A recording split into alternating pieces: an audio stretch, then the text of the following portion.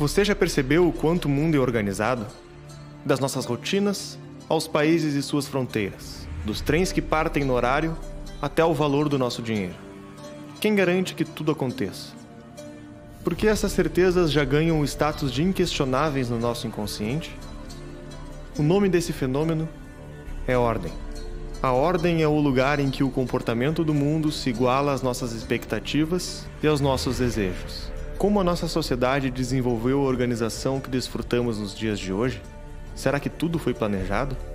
O economista e filósofo da escola austríaca, Friedrich August von Hayek, nos anos 70 cunha o termo ordem espontânea, para explicar o fenômeno do surgimento da ordem no caos.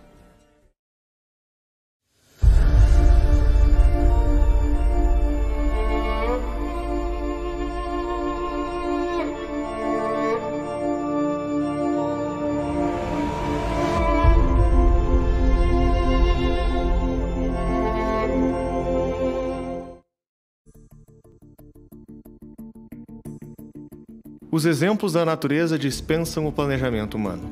A formação de um cristal não depende de nós.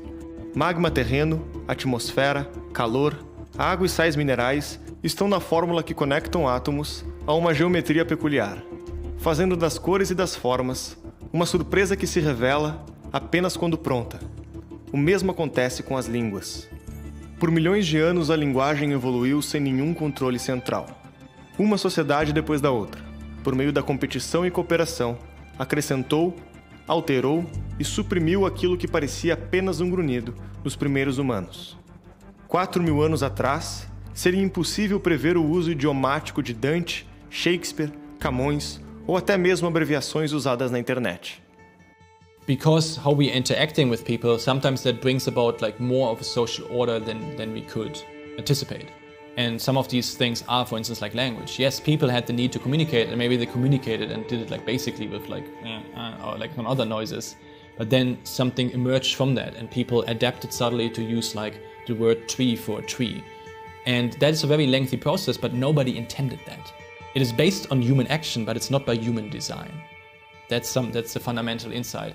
And if you look at some of the institutions within society, markets, or like broadly speaking, like trust or social norms. For instance, Brazil, I know that like touching and hugging is like much more appropriate than maybe in Sweden or in Germany because people like the distance and so forth.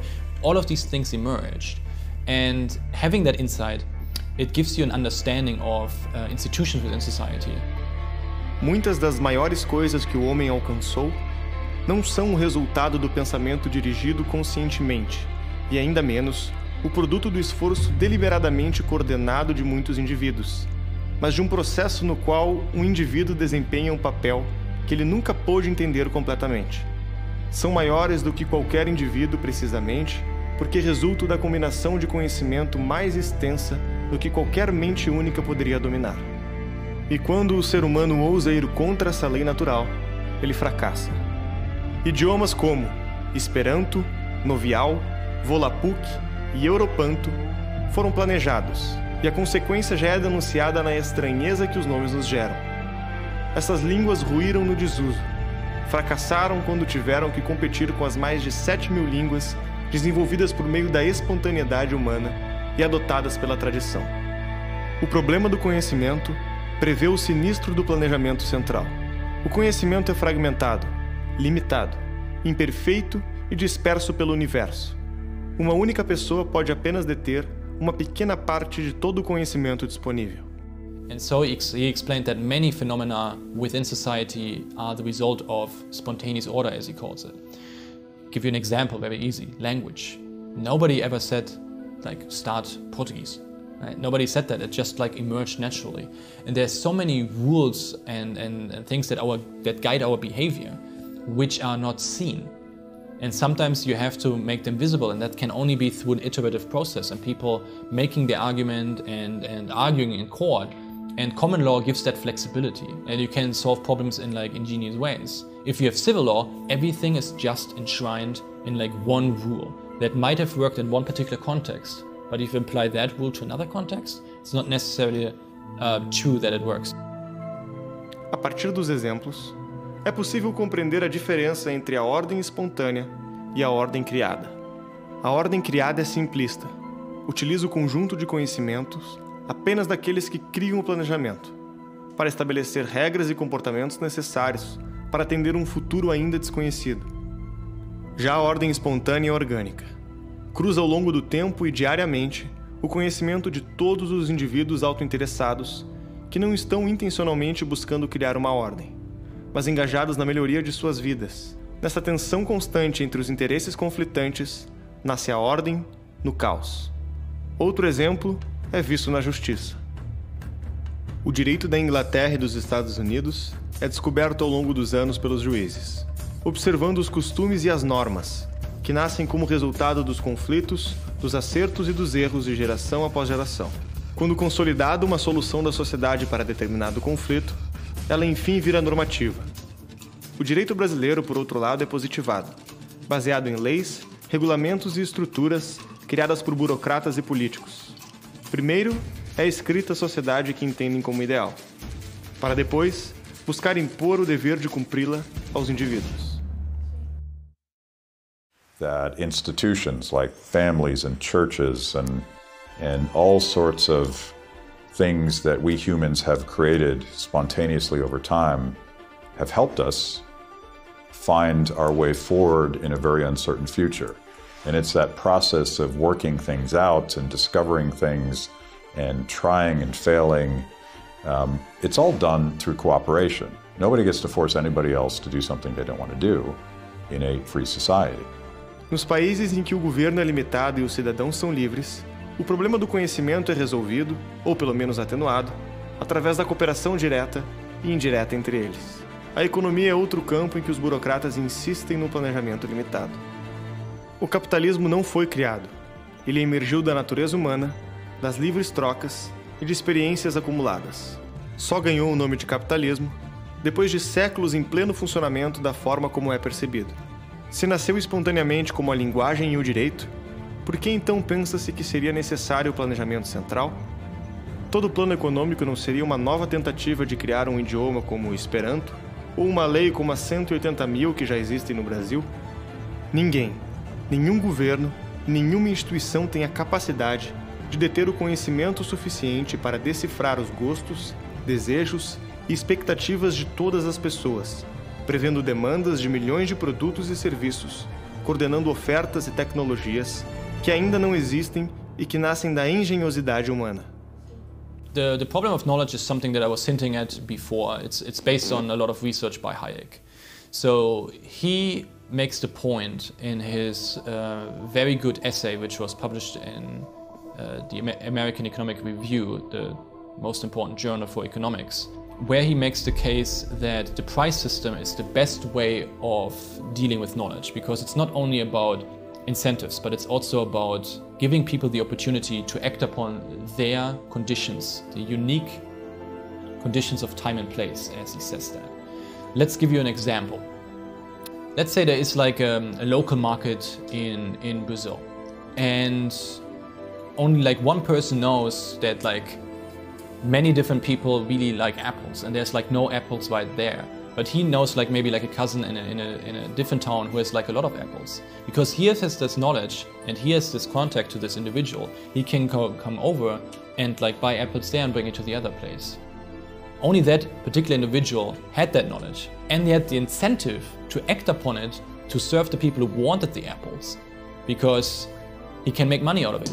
If he was not allowed to start a business or not allowed to sell apples, or the apples industry is regulated, all of these things would be hampered. But there's an incentive which brings about an application of the knowledge. And that's the fundamental insight why we cannot command and control an economy. Because there's decentralized knowledge throughout society, and people know what kind of goods they want. Sometimes they don't even know that. Everybody knows something. Everybody knows something special, something different, something unique than everybody else knows. And it's through that process of cooperating with other people that you get what a professor of mine called a greater social understanding of what people need to know. Part of that is prices. Part of that is figuring out on an instantaneous basis millions and millions of times a day what the supply and demand of all the stuff we need or want. O mercado é composto por pessoas tentando resolver os seus problemas através de trocas voluntárias. Ninguém sabe mais sobre os seus próprios problemas, desejos e expectativas do que o próprio indivíduo que os vive. That's the answer. The answer is competition. The answer is free markets. The answer is letting the ingenuity of people figure out what the answer is. The answer is not the government coming in and temporarily solving this problem, because we know that we're just handing the government more power. E ninguém está mais disposto em trabalhar para resolver os problemas das pessoas do que aqueles que ficarão ricos e prestigiados se o conseguirem. A intervenção de um planejador central corrompe esse sistema, desestimula os indivíduos a tentar resolver os problemas, recolhe os incentivos que estariam em jogo no mercado de livres trocas e cria uma falsa sensação de que já está resolvido. There's two flaws with centralized planning. One is that no single person or no panel of really smart people could ever recreate the vast knowledge that exists in all of us, all millions and millions of people in their unique places and their goals and aspirations. Those are things that cannot be known by anybody. So unless you have a process by which those things are teased out through the actions of people, there's no way to capture that. And so the arrogance of central planning is to think that somebody knows enough to ever sort of recreate that knowledge from the top down. No human being can possibly know that. But in order to try that, you need a lot of power. You need to centralize all the power in one place. And history shows us again and again and again that once you've centralized power and once central planners have tried to impose those plans, they don't work. They're a disaster. And after Vladimir Lenin tried to impose socialism, he was eventually replaced by Joseph Stalin, who was just a brutal thug. He just used power to crush people. And it's hard for central planners to even imagine that such a thing is true. It's probably hard for a lot of people to think about this, because surely somebody needs to be in charge. Somebody needs to dictate these things. Somebody smarter than me needs to figure that stuff out.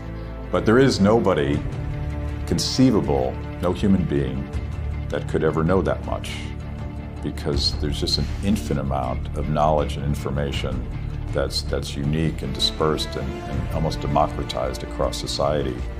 We need to let that happen.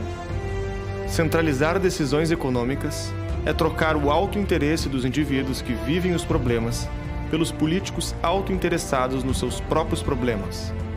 É trocar o conhecimento cruzado e acumulado por milhões de indivíduos pela escassez do conhecimento de poucos burocratas que decidem. É colocar a ignorância e o engessamento acima do potencial de criar riqueza.